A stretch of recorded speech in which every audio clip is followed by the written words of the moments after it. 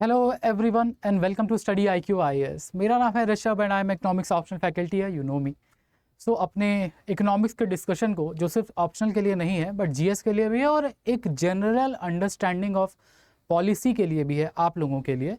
सो उस डिस्कशन को आगे बढ़ाते हुए आज का टॉपिक जो हम डिस्कस करने जा रहे हैं वो है should wealth tax be reinstated in India. Why this term reinstated? Because एक समय था जब वेल्थ टैक्स इंडिया में लगता था। वेल्थ टैक्स क्या है, इसके एडवांटेज डिसएडवांटेज क्या हैं, क्या इंडिया में आज भी कोई कुछ किसी तरह का वेल्थ टैक्स लग रहा है, क्या दुनिया में कोई ऐसी केस स्टडी है, क्या दुनिया में कोई ऐसा देश है जहां वेल्थ टैक्स लगा है और कुछ बेहतर हुआ है।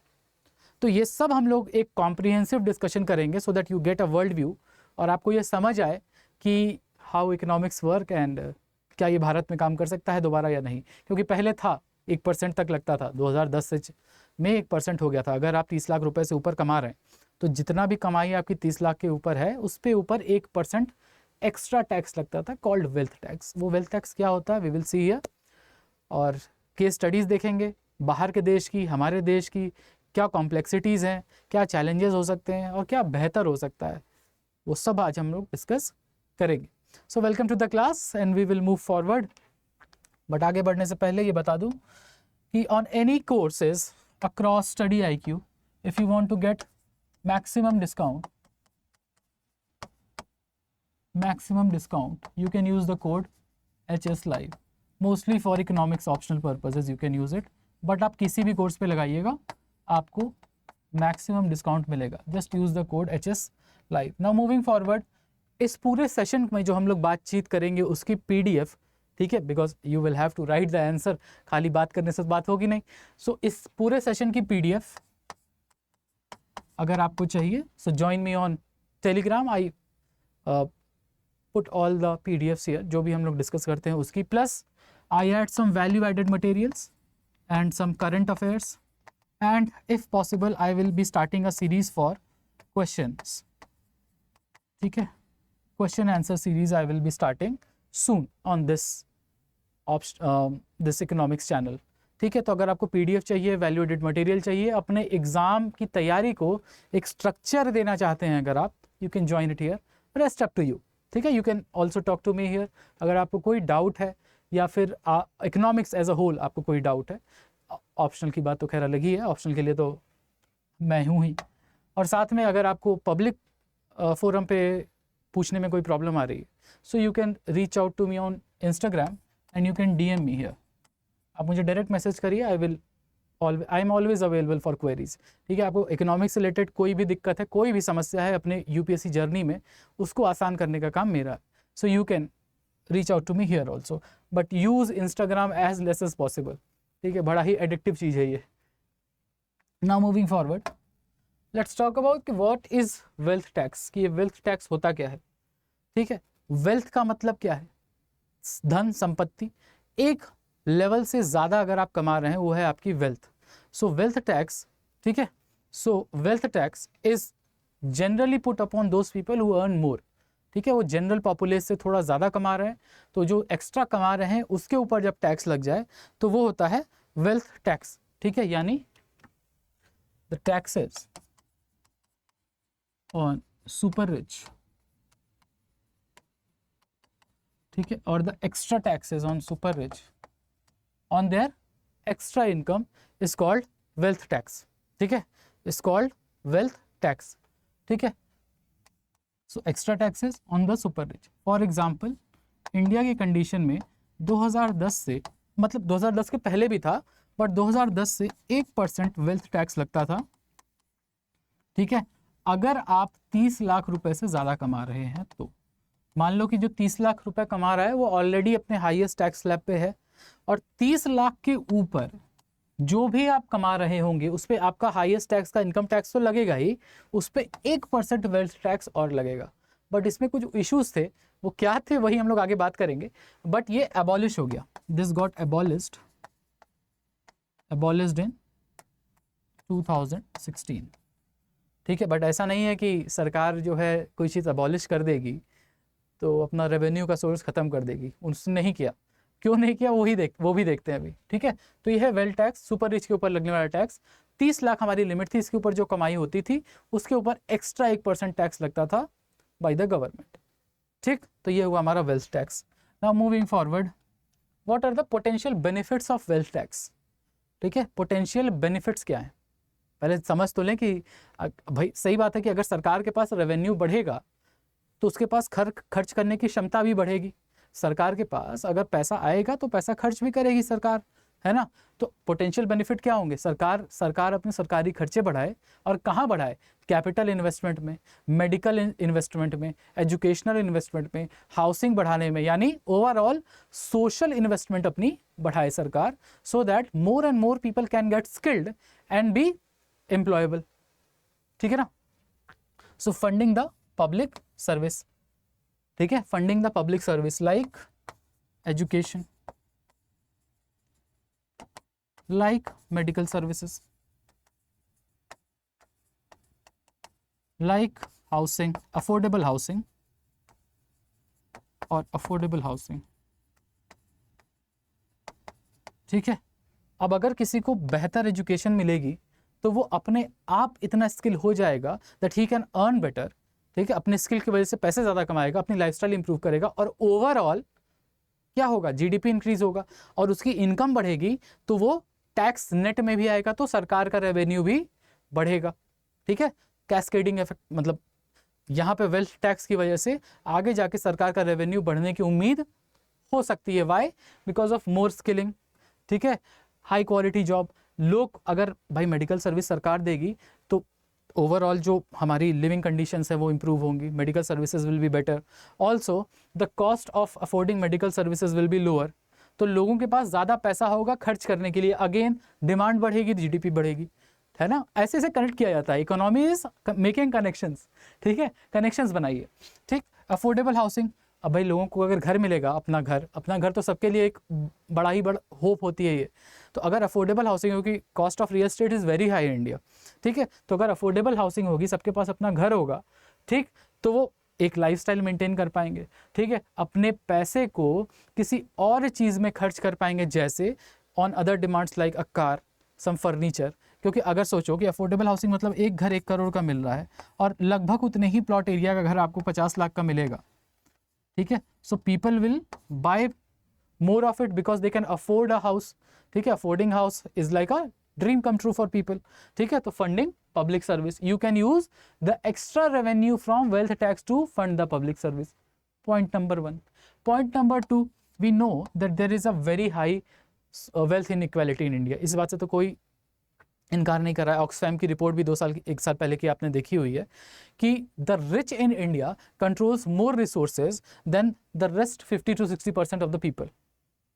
ठीक है, प्लस होता क्या है कि ओवरऑल टैक्स रेशियो अगर देखा जाए कि अपने कमाई और जो टैक्स दे रहा है, ये वाला tax ratio, tax to income ratio, तो वो जो कम कमा रहा है वो उसका टैक्स रेशियो ज़्यादा है, यानी अपने कमाई का एक ज़्यादा हिस्सा वो टैक्स में दे रहा है।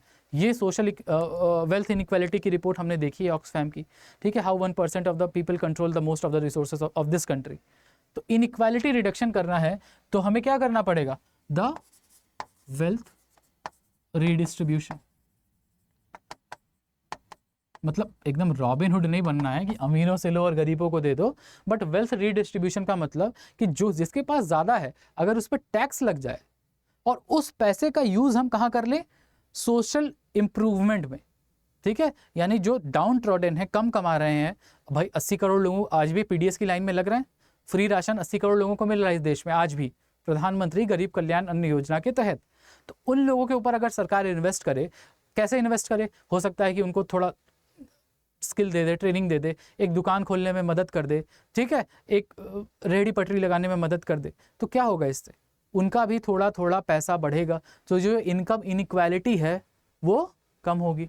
How, by wealth redistribution. और वेल्थ रीडिस्ट्रीब्यूशन कैसे होगा, बाय द वेल्थ टैक्स। ठीक, इसी तरह एनकरेज इन्वेस्टमेंट। ठीक है, encourage investment where, for example जैसे रियल एस्टेट है, वो बड़ा महंगा है इंडिया में, तो और बहुत तेज़ी से और महंगा होता जा रहा है। तो जनरली जिनके पास पैसा है वो क्या सोचते हैं कि रियल एस्टेट में पैसा लगाते, बाद में वो रिटर्न देगा। बट जितना ज़्यादा डिमांड बढ़ती है रियल एस्टेट की, because more people are going to invest there, तो उससे क्या होता है, रियल एस्टेट का प्राइस और ज़्यादा बढ़ता है और ज़्यादा बढ़ता है और ज़्यादा बढ़ता है, because high demand low supply, inflation in the prices of real estate. उसकी वजह से क्या होता है, the houses, the plots, the flats become unaffordable for the general population. फिर उन लोग का सपना सपना ही रह जाता है, घर तो ले नहीं पाएंगे क्योंकि इतना महंगा हो गया। तो अगर सरकार स्ट्रेटेजिकली हाउसिंग पे या रियल एस्टेट के ऊपर एक वेल्थ टैक्स लगा दे कि भाई तुम 1 करोड़ से ज़्यादा महंगा घर लोगे या 2 करोड़ से ज़्यादा महंगा घर लोगे तो हम तुमको आने पर टैक्स लगाएंगे, तो जनरली जो महंगे घर होंगे उसके खरीदार थोड़े कम होने की उम्मीद की जा सकती है। हर चीज़ उम्मीद पे है, ठीक है। उसके बाद आप स्टडी करिए इकोनॉमिक्स में, तब समझ में आता है कि कितना उसका इफेक्ट पड़ रहा है। बट एनकरेज इन्वेस्टमेंट कैसे, if you tax the real, for example अगर आप एक सेक्टर के ऊपर एक्स्ट्रा टैक्स लगा देते हैं तो people will be encouraged to invest in other places like equities और debt, ठीक है, alternate investment। अब अगर इक्विटी और डेट में ज़्यादा इन्वेस्ट करेंगे लोग तो भारत की कंपनियों के लिए ज़्यादा फायदेमंद है, वो उनको सस्ते में पैसे मिल रहे हैं और उनके पास पैसे आएंगे तो वो इन्वेस्टमेंट करेंगे, मतलब कंपनीज इन्वेस्ट करेंगी तो आउटपुट बढ़ाएंगी तो इसकी वजह से एम्प्लॉयमेंट बढ़ सकता है, और एम्प्लॉयमेंट बढ़ेगा तो फिर क्या होगा, इनकम बढ़ेगी तो क्या होगा, जीडीपी क्या होगा, बढ़ेगा। तो इतने पोटेंशियल बेनिफिट हो सकते हैं वेल्थ टैक्स के, ठीक है, इतने पोटेंशियल बेनिफिट हो सकते हैं वेल्थ टैक्स से। Why I am going into details, क्योंकि भाई मेंस में डिटेल्स आपको लिखनी होंगी और आपको कनेक्शंस बनाने आने चाहिए, दैट इज वाई, ठीक है। नाउ मूविंग फॉरवर्ड, एक केस स्टडी ले लेते हैं नॉर्वे का, कि नॉर्वे में, ठीक है, 1.1% वेल्थ टैक्स लग रहा है फ्रॉम 2022, ठीक है। पहले ये टैक्स 0.7% था, सॉरी, पहले ये टैक्स 0.3% था, ठीक, 0.3% के आसपास था, ठीक है ना, ओके, नो सॉरी, पहले ये टैक्स था 0.7% अर्लियर, ठीक है। कोई अगर 1.7 मिलियन से ऊपर कमा रहा है उनकी करेंसी में, ठीक है, नॉर्वेजियन क्रोन में, ठीक है, तो उसके ऊपर था 0.7%, बट लेटर ऑन अभी 0.2% प्लस 0.2%, ठीक है, 0.2% प्लस 0.2% एक्स्ट्रा वेल्थ टैक्स लगा है, यानी मैक्सिमम 1.1% वेल्थ टैक्स देना होता है on any income above 20 million Norwegian krones, ठीक है। अगर आप सिंगल हैं तो 0.2% और अगर आप कपल हैं तो दोनों लोगों को 0. प्लस 0.2 यानी 0.4%, ओवरऑल 1.1% आपको वेल्थ टैक्स देना होता है नॉर्वे में। एक सफल केस स्टडी बताई जाती है नॉर्वे की, but there is a catch. अब जैसे देखते हैं कि नॉर्वे में जो टैक्स लगता है उसके बाद उससे फायदा क्या होता है, Norway can make it's health care free for everyone, social security free for everyone, education affordable and public education तो free for everyone, ठीक है, and in public infrastructure like drinking water, और ये ड्रिंकिंग वाटर उनको tap से मिल जाता है, ठीक है। अगर सरकार वेल्थ टैक्स ले रही है तो जनता को दे भी रही है, ठीक है, ऐसा नहीं है कि सरकार का रीडिस्ट्रीब्यूशन मॉडल खराब है।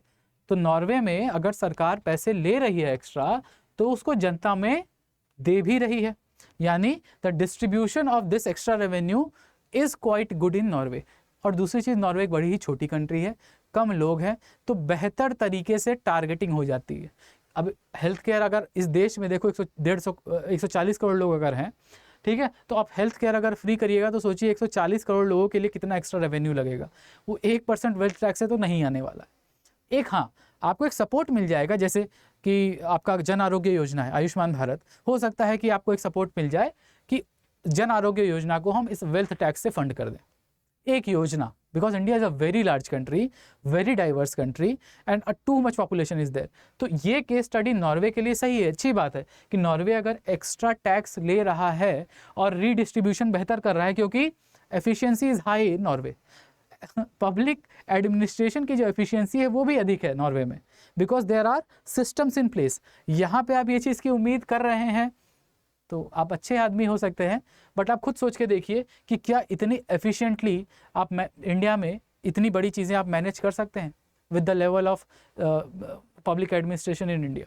So it will be a tough job, ठीक है, क्योंकि इंडिया में लगाया गया है। तो वो केस स्टडी भी देखेंगे, ये तो खैर नॉर्वे की केस स्टडी है and Norway is doing very well, ठीक है, क्योंकि रीडिस्ट्रीब्यूशन ठीक ठाक काम कर रहा है वहाँ पे। Now moving forward is the challenges of this redistribution, यानी वेल्थ टैक्स का चैलेंज क्या है। पहला है मेजरमेंट इशू। मेजरमेंट इशू मतलब हाउ विल यू कैलकुलेट, ठीक है, how will you calculate what to tax and what not, ठीक है। अब ये तो चैलेंज है, मतलब जैसे मान लीजिए आप रियल एस्टेट के ऊपर टैक्स लगा दिए तो बहुत बड़ा रेवेन्यू का जो एक हिस्सा है जो रियल एस्टेट से आ रहा है वो कम होगा। क्यों? क्योंकि आपको याद हो वो बेल कर्व, ठीक है, वो बताता है कि अगर टैक्स रेट बढ़ता है तो टैक्स का रेवेन्यू कम होता है, ठीक है ना। तो अगर टैक्स किस पे लगाएं, किस पे वेल्थ टैक्स लगाएं, किस रियल एस्टेट पे लगाएं, कि म्यूचुअल फंड पे लगाएं, कि स्टॉक पे लगाएं, किस पे लगाएं, पार्टनरशिप फर्म्स पे लगाएं, कॉर्पोरेट पे लगाएं, कहाँ लगाएं, ये मेजरमेंट इशू आ सकता है। प्लस दूसरा मेजर इशू क्या है? दूसरा इशू है the inefficiencies of calculation. Inefficiencies of calculation means the income, ठीक है, the income is not known. For example India में 2% लोग ऐसे हैं जो इनकम टैक्स भर रहे हैं, 6-7% लोग ऐसे हैं जो फाइल कर रहे हैं, उसमें से 2-2.5% लोग ऐसे हैं जो एक्चुअली में इनकम टैक्स कुछ टैक्स दे रहे हैं। लेकिन ऐसा तो नहीं है कि भारत गरीब देश है, ठीक है। अगर इंडिया में 15 लाख तक की गाड़ियां बिक रही हैं ज़्यादा और फिर भी उस लेवल पे इनकम टैक्स नहीं आ रहा, तो कहीं है ना कि इनएफिशिएंसी है हमारी, कि हम पता नहीं लगा पा रहे हैं कि किसके ऊपर टैक्स लगना चाहिए, किस पे नहीं लगना चाहिए। करंट सिनेरियो की बात कर रहे हैं। तो आप सोचिए कि अगर आप वेल्थ टैक्स लगाएंगे तो और ज़्यादा टैक्स इवेजन होने का संभावना रहेगा। People will try to hide their income, वो अपना इनकम और छुपाएंगे। क्यों? कि हमारे ऊपर एक्स्ट्रा टैक्स ना लगे, ठीक है। And that will bring management issues और inefficiency in the management of taxes. दूसरा problem capital flight. Capital flight मतलब जैसे ही आप टैक्स रेट बढ़ाइएगा, इस देश में टैक्स रेट बढ़ाइएगा तो लोग क्या करेंगे, अपना पैसा लेंगे यानी कैपिटल लेंगे और फ्लाइट में बैठेंगे, इसीलिए कैपिटल फ्लाइट है, और ऐसे किसी देश में चले जाएंगे जहाँ पे टैक्स रेट क्या हो, कम हो, जैसे सिंगापुर, जैसे सऊदी अरेबिया, जैसे मॉरिशस। ऐसी जगह जाएंगे जहाँ पे टैक्स रेट कम हो, इनकम टैक्स ना देना हो, तो अपना पैसा उठाएंगे, चले जाएंगे। तो जो पैसा भारत में इन्वेस्ट हो सकता था वो चला गया। क्यों गया? क्योंकि हमने टैक्स ज़्यादा लगा दिया। तो लोग यहाँ इन्वेस्ट करना नहीं चाहते। क्यों नहीं करना चाहते हैं? क्योंकि मालूम है कि इन्वेस्ट करेंगे, कमाएंगे तो हमारे ऊपर टैक्स लगा देगी सरकार। तो that can lead to capital flight. Higher tax can lead to capital flight to those countries where tax rates are low. तो अल्टीमेटली क्या होगा? चैलेंजेस का मतलब क्या? अल्टीमेटली क्या हुआ? जो पैसा भारत में री इन्वेस्ट होना चाहिए था वो यहाँ से चला गया। Again a challenge. Now historical ineffectiveness, ठीक है, हिस्टोरिकल इनएफेक्टिवनेस, इसको हम इंडिया के केस में देख लेते हैं, ठीक है। तो इंडिया का केस स्टडी जब करेंगे तब देख लेंगे। वैसे हिस्टोरिकल इनएफेक्टिवनेस का मतलब है कि the cost to earn tax is higher than the overall tax. इसका क्या मतलब? इसका मतलब ये है कि मान लो कि 200 करोड़ रुपए आपको वेल्थ टैक्स मिल सकता था। मान लेते हैं कि 200 करोड़ रुपए आपको वेल्थ टैक्स मिल सकता था, बट उस टैक्स की उगाही के लिए, उस टैक्स लेने के लिए वो वाला आपको लगभग 250 से 300 करोड़ का इन्वेस्टमेंट करना पड़ा। ऐसा मतलब क्यों? अरे भाई, अपने स्टाफ को आपने ट्रेनिंग दी, आप जगह जगह गए, रेड पड़ी, आपने देखा, आपने लोगों के अकाउंट्स को एनालाइज किया, तो उस पूरे सिस्टम को डेवलप करने में, so that the income measurement can be better, this measurement can be better and skilling of the staff में आपको पैसे ज़्यादा लग गए और जो टैक्स आपको मिला वो कम मिला, या हो सकता है कि बराबर मिला हो सकता है थोड़ा सा ज़्यादा भी मिल गया हो, लेकिन जितना पैसा आपने टैक्स लेने के लिए खर्च किया उतना टैक्स भी नहीं आया आपके पास। So that can lead to ineffectiveness, और ये हमने भारत के केस में देखा हुआ है। That is why historical ineffectiveness in the overall wealth tax system, this is also a challenge. भाई भारत जैसे देश के लिए ये चैलेंज ही है, इतना बड़ा देश, इतने सारे लोग, सबका इनकम कहाँ से देख लेगा या कैसे नज़र रखेगा, हाउ विल दे कैलकुलेट और रिकैलकुलेट। आपने देखा है कैश इकोनॉमी कितनी ज़्यादा चलती है इस देश में, तो it's very tough for the income tax people to keep those on everyone. सबके ऊपर आइज़ रखने का बड़ा इनफेक्टिव प्रोसीजर हो जाएगा तब तो खुद सोच के देखो। आज जाके अभी कुछ दिन पहले आपने देखा होगा कि एक पानी पूरी वाला 40 लाख से ज़्यादा का तो यूपीआई पेमेंट ले रहा था, तो अब जाके जीएसटी का उसको नोटिस गया है। तो अगर आपको पता ही नहीं चल रहा है कि लोगों की इनकम क्या है, खासकर वैसे लोगों की जो सेल्फ एम्प्लॉयड है, तो it's very tough, it's very ineffective. People will try to hide the income, क्यों? ताकि टैक्स ना देना पड़े। ठीक है ना, मिस एलोकेशन ऑफ रेवेन्यू। अब भाई हमने नॉर्वे का केस देखा, ठीक है, उसमें तो allocation of revenue was good, it was being spend on education, health, drinking water, ठीक है, इंफ्रास्ट्रक्चर डेवलपमेंट, पब्लिक सर्विसेज, ठीक। बट क्या ये हर जगह पॉसिबल है? नहीं। हु विल गारंटी कि मान लो हम तैयार हैं, अपने देश, बहुत बड़े देशभक्त हो गए, हम बहुत सारा टैक्स देने को तैयार हैं। इंडिया में आज भी 39% हमारा ओवरऑल टैक्स रेट है, तो अगर हम देने को तैयार हैं, बट क्या हमको गारंटी मिलेगी कि उस टैक्स के बदले हमें सर्विसेज मिलेंगी नॉर्वे लेवल की? नहीं मिल सकती।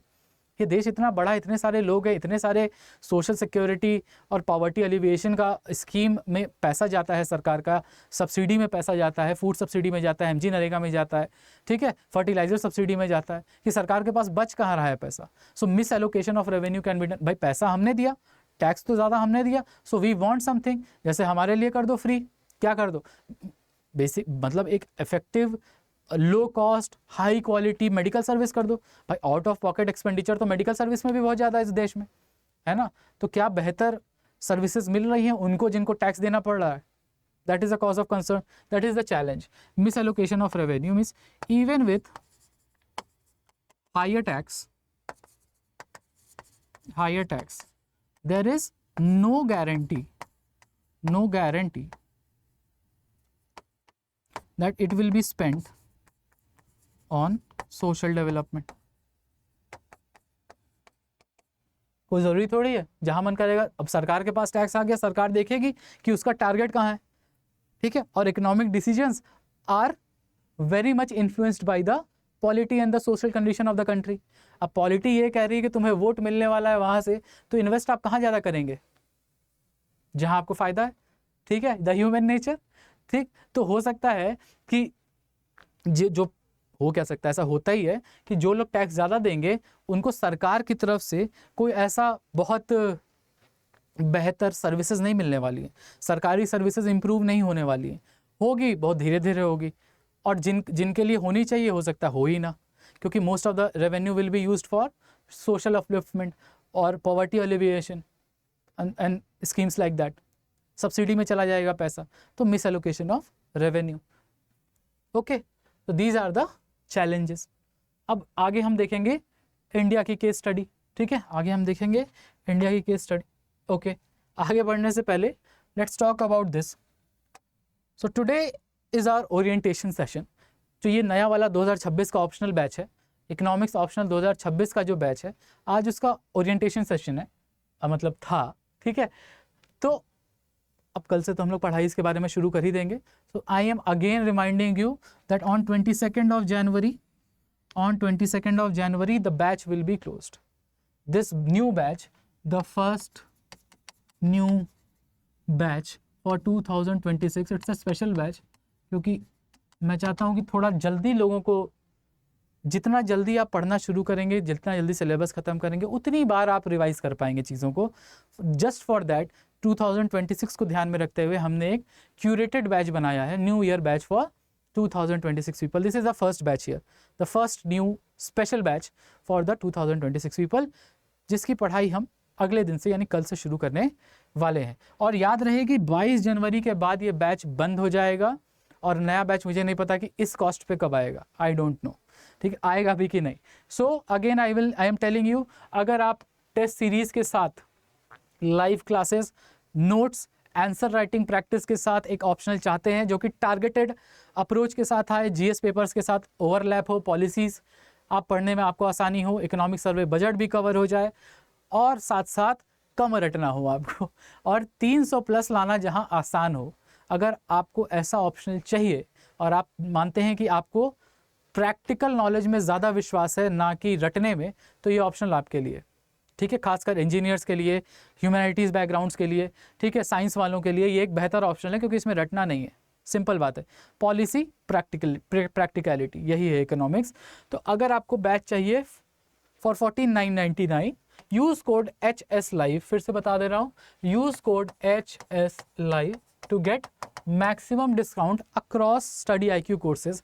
फिर बता दे रहे हैं 22 जनवरी को बैच बंद हो जाएगा, उसके बाद I don't know at this price और नया batch when it will come. So अगर आप 2026 टारगेट कर रहे हैं या अगर 25 भी टारगेट कर रहे हैं तो ये तो 25 वालों के तो लास्ट बैच है, इसके बाद तो लेना ही मत, क्योंकि कंप्लीट जब तक होगा आपका एग्जाम आ चुका होगा, ठीक है। 2025 वालों के लिए लास्ट बैच है, 2026 वालों के लिए फर्स्ट बैच है। फर्स्ट मूवर एडवांटेज आपको मिलेगा और ये सब कुछ आपको मिलेगा, test series, answer evaluation, PYQs, everything. So if you want, don't delay, this is the last day. कल से हमारी क्लास शुरू हो जाएगी, आज हमारा ओरिएंटेशन ख़त्म हुआ है, सो डोंट डिले। अगर आपको पहले दिन से ज्वाइन करना है तो टुडे इज़ योर डे, और 22 तारीख तक हमारा ये बैच ओपन होगा, उसके बाद इट विल बी क्लोज्ड, ठीक है। बस just use the code HS Live to get maximum discount. New year batch है हमारा, पहला बैच है। ओके, मूविंग फॉरवर्ड, अपने डिस्कशन पे आते हैं, इंडिया के केस स्टडी लेते हैं। तो जैसा कि हमने आपको बताया हुआ है, ठीक है, कि 2010 तक 1% wealth tax on 30 lakhs and above था, इसको 2016 में एबॉलिश कर दिया, यानी हटा दिया, ख़त्म कर दिया, ठीक है, 2016 में अबॉलिश कर दिया।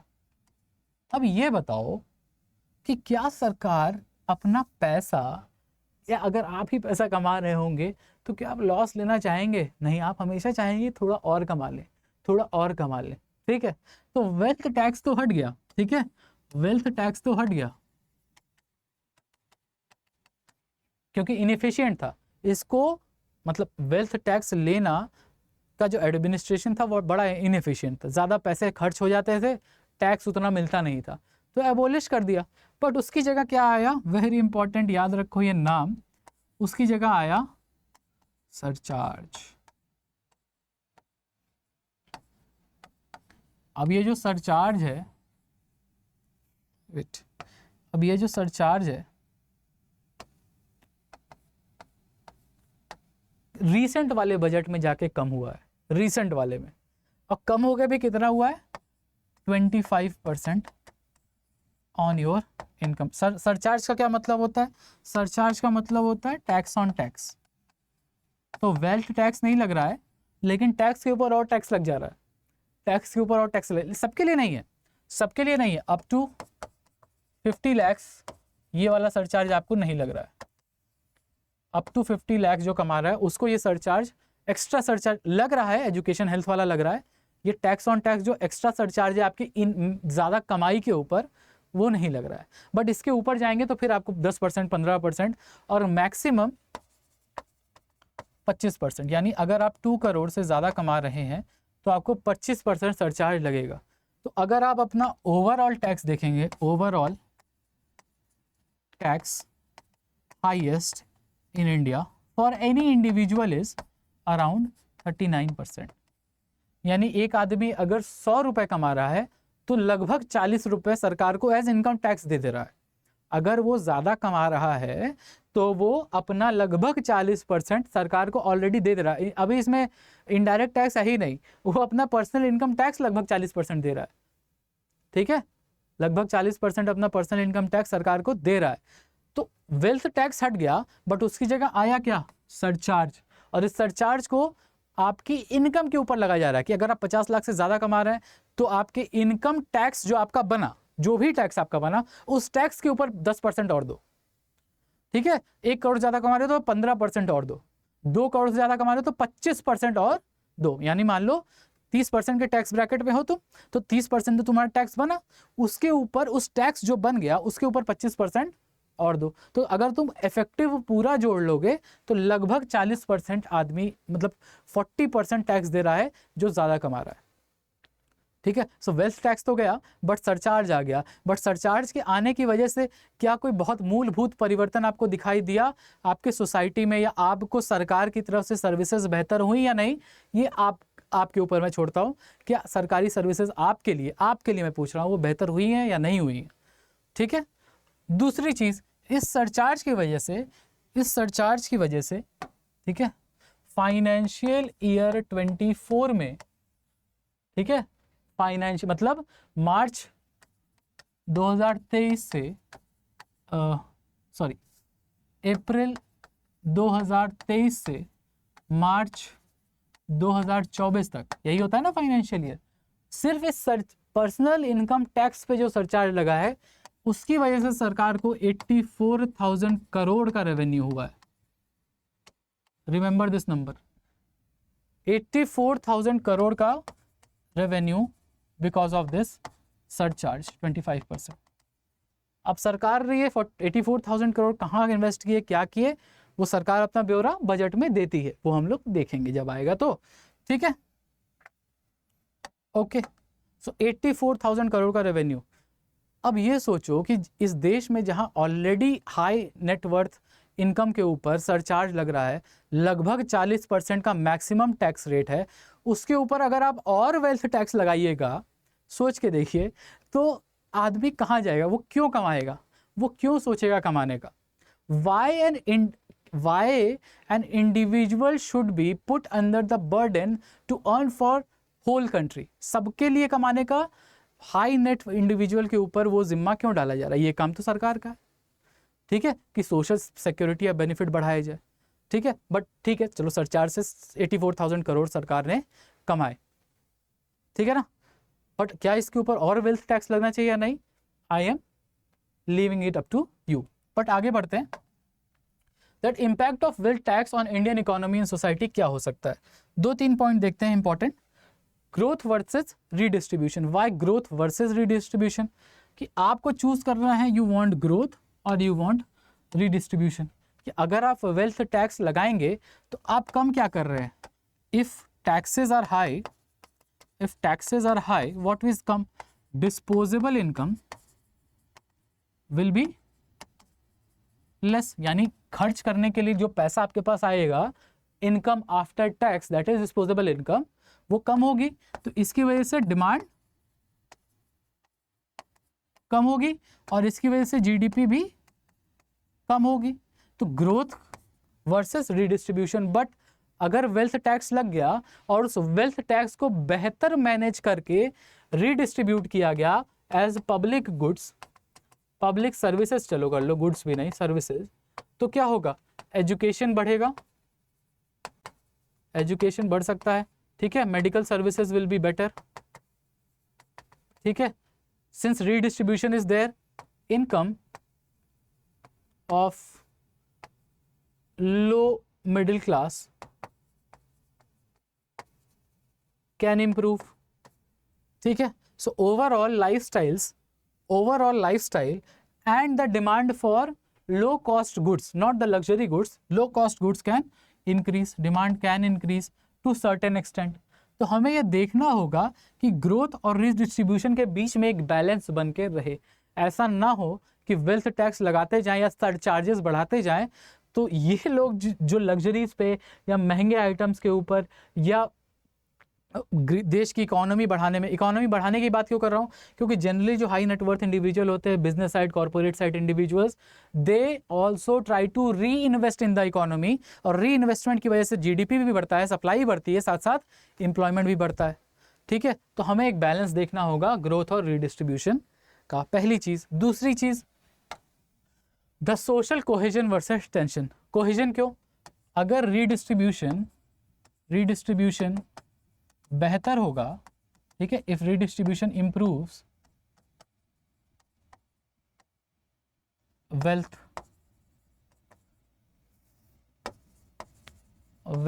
इक्वालिटी, मतलब इनइक्वालिटी कम हो रही है, ठीक है, लगभग ज़्यादातर लोगों के पास एक जैसी इनकम है, ठीक है, तो यानी वेल्थ इनइक्वालिटी कम हो रही है। बेसिक सी बात है, inequality reduces. If inequality in the society reduces, what happens, there is more social cohesion. लोग आपस में मिलना जुलना पसंद करेंगे, लोग इस नज़र से नहीं देखेंगे कि ये तो मेरे क्लास का नहीं है, ठीक है, इसलिए तो कम कमाता है। Why? Because everyone will have a similar kind of income levels, ठीक है, तो सोशल कोहेजन बढ़ेगा। बट टेंशन भी बढ़ सकती है, क्यों? क्योंकि if you will put taxes only on rich, what will happen, and give no services और benefits, it will lead to what?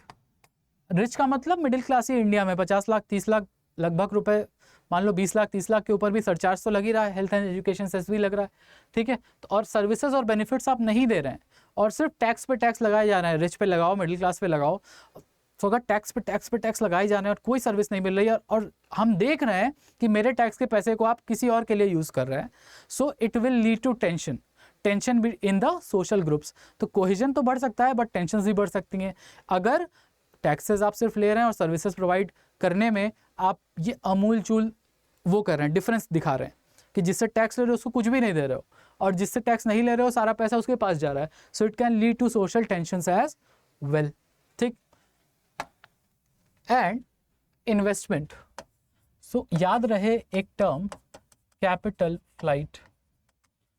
सो अगर taxes will be higher on higher income, ठीक है, अच्छा ये बात और है कि हो सकता है कि वेल्थ टैक्स आपके लॉन्ग टर्म कैपिटल गेन्स पे लग जाए, ठीक है, यानी आपने एक साल से ज़्यादा में इक्विटी से या डेट इंस्ट्रूमेंट से या रियल एस्टेट से जो कमाया उसके ऊपर टैक्स लग जाए, वेल्थ टैक्स। तो लोग क्या करेंगे, इन्वेस्ट करेंगे या नहीं करेंगे? अगर उनके इन्वेस्टमेंट के रिटर्न के ऊपर एक्स्ट्रा टैक्स लगने लगे, just a question to you कि अगर किसी के इन्वेस्टमेंट के रिटर्न्स के ऊपर मान लो 1 लाख तुमने 1 करोड़ लगाया, चलो मान लो 5 लाख लगाया, 1 साल के बाद उस 5 लाख के ऊपर तुमने 1 लाख रुपए कमाया, उस 1 लाख के ऊपर एक्स्ट्रा टैक्स तुमको देना पड़ रहा है, उस 1 लाख के ऊपर तुमको एक एक्स्ट्रा टैक्स देना पड़ रहा है, तो क्या तुम्हें पसंद आएगा या नहीं आएगा? या तुम ऐसी जगह देखना चाहोगे जहाँ पे तुमको टैक्स ना देना पड़े? तुम ऐसी जगह इन्वेस्टमेंट अपॉर्चुनिटी खोजोगे ना जहाँ टैक्स ना देना पड़े, जो तुम्हारी कमाई है वो तुम्हारी रहे, सोचोगे ना इस बात को। तो इसी तरह इन्वेस्टमेंट एनवायरनमेंट है, it will be investment environment will be negatively affected. Also the animal spirits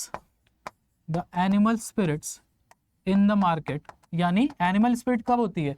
जब प्राइवेट इन्वेस्टमेंट खूब तेजी से भाग रही हो, दैट इज एनिमल स्पिरिट, क्योंकि people are very much confident that Indian economy will grow and grow at a faster rate. तो अगर मालूम है कि बहुत तेज ग्रो करने वाली है तो बहुत सारे लोग इन्वेस्ट करते हैं और उससे एक बूम पीरियड आता है, जीडीपी ग्रोथ और तेज होती है। हमारे केस में तो अभी ऐसा दिख नहीं रहा है, ठीक है, हमारे केस में तो अभी ऐसा दिख नहीं रहा है कि एनिमल स्पिरिट्स है या लोगों के बीच काफ़ी कॉन्फिडेंस है इंडियन इकोनॉमी को लेके। So animal spirits also are down. Why? Because of higher tax people are not going to invest in India, तो इंडिया का इन्वेस्टमेंट कम हो रहा है, प्लस इंडिया का जो लोग कमा रहे हैं वो भी कैपिटल फ्लाइट यानी पैसा लेके वैसे डेस्टिनेशन जा रहे हैं, destination to invest at low और नो टैक्सेस। तो उस 80,000 करोड़ हो सकता है कि वेल्थ टैक्स मिले तो हम थोड़ा और कमा लें, 20,000 50,000 करोड़ कमा लें, बट उस टैक्स रेवेन्यू को बढ़ाने के लिए इतना बड़ा इन्वेस्टमेंट अपॉर्चुनिटी जो खोएंगे, क्या वो वापस पा पाएंगे या नहीं, ये कॉज ऑफ कंसर्न है, ठीक है। अब इसके ऊपर अभी ऐसी कोई स्टडी तो है नहीं, क्योंकि हम तो अभी एक जनरल डिस्कशन कर रहे हैं कि क्या वेल्थ टैक्स इस देश के लिए अच्छा है या नहीं है, क्या इस देश में वेल्थ टैक्स है या किसी और रूप में है, जैसे सरचार्जेस हमने अभी इस बारे में बात की। तो आई थिंक आपको एक कॉम्प्रिहेंसिव व्यू समझ में आया होगा कि वेल्थ टैक्स का मकसद क्या है, वेल्थ टैक्स है क्या, what are the benefits, what are the challenges. Good implementation of wealth tax हमने नॉर्वे की केस स्टडी से देखा, challenging implementation of wealth tax and surcharges हमने इंडिया से देखा, ठीक है, और इंडियन कॉन्टेक्स्ट में वेल्थ टैक्स लगाने का परिणाम या दुष्परिणाम जो हो सकता है वो भी देखा। अब हम आपके ऊपर एक होमवर्क देके जा रहे हैं कि इस चीज़ का वे फॉरवर्ड क्या हो सकता है, what can be the way forward, how can we manage our taxes more efficiently without और with improving the wealth tax. ठीक है, मतलब हम वेल्थ टैक्स लगाएं या ना लगाएं, बट सरकारी रेवेन्यू, पब्लिक सर्विसेज, ठीक है, और टैक्स बेस कैसे बढ़ा सकते हैं, ये वे फॉरवर्ड अगर सोचना हो 2-3 पॉइंट में, तो ये हम आपके ऊपर छोड़ के जा रहे हैं। Comment section will be open, I will be waiting for all of you कि इतना जो हमने अभी अपना व्यू बनाया है, एक माइंड मेकअप किया है। माइंड मेकअप का ये मतलब है कि एक नया नॉलेज लिया है, उस नॉलेज का यूज़ करके वे फॉरवर्ड लिखो कि कैसे टैक्स बेस इंप्रूव किया जा सकता है, टैक्स रेवेन्यू इंप्रूव किया जा सकता है, पब्लिक सर्विसेज इंप्रूव की जा सकती हैं, और इनकम इनइक्वालिटी को कम किया जा सकता है विथ और without wealth tax, on whichever side you want to write. आप न्यूट्रल लेके लिखना चाहे वैसे लिखिए, वेल्थ टैक्स के साइड से लिखना चाहे वैसे लिखिए, और वेल्थ टैक्स से अगेंस्ट लिखना चाहते हैं तो वैसे लिखिए। जस्ट राइट वे फॉरवर्ड 2 या 3 पॉइंट इसी को लेके। आई will be waiting for all of your comments. Thank you everyone. I hope आपको आज के लेक्चर से कुछ नया सीखने को मिला होगा, और अगर ऐसा है तो do like this and do share this, and we will meet again soon with some discussions like this, क्योंकि आपका ओवरऑल इकोनॉमिक जो माइंडसेट है वो चेंज होते रहना चाहिए। Okay, thank you everyone, bye bye, have a good day, we will meet again soon.